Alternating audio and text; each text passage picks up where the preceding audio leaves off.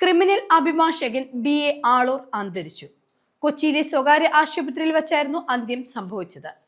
വൃക്ക സംബന്ധമായ അസുഖങ്ങളെ തുടർന്ന് ചികിത്സയിൽ കഴിയുകയായിരുന്നു അദ്ദേഹം.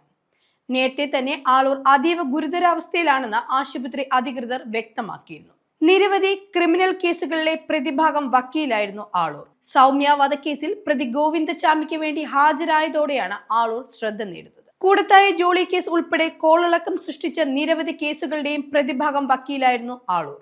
ഇലന്തൂർ നരബലി കേസും ബാധിച്ചത് ഇദ്ദേഹം തന്നെയായിരുന്നു. വിവാദങ്ങളായ കേസുകൾ ഏറ്റെടുത്തതിലൂടെയാണ് ആളൂർ ശ്രദ്ധേയനാകുന്നത്.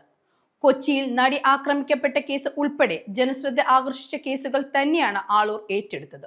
കയ്യിൽ ലക്ഷങ്ങളും ആളൂരും കൂടെയുണ്ടെങ്കിൽ ഏത് ക്രിമിനൽ കേസിൽ നിന്നും രക്ഷപ്പെടാം എന്ന് തന്നെ പറയേണ്ടി വരും. അങ്ങനെയുള്ളതായിരുന്നു ഏറ്റെടുത്ത എല്ലാ കേസുകളും.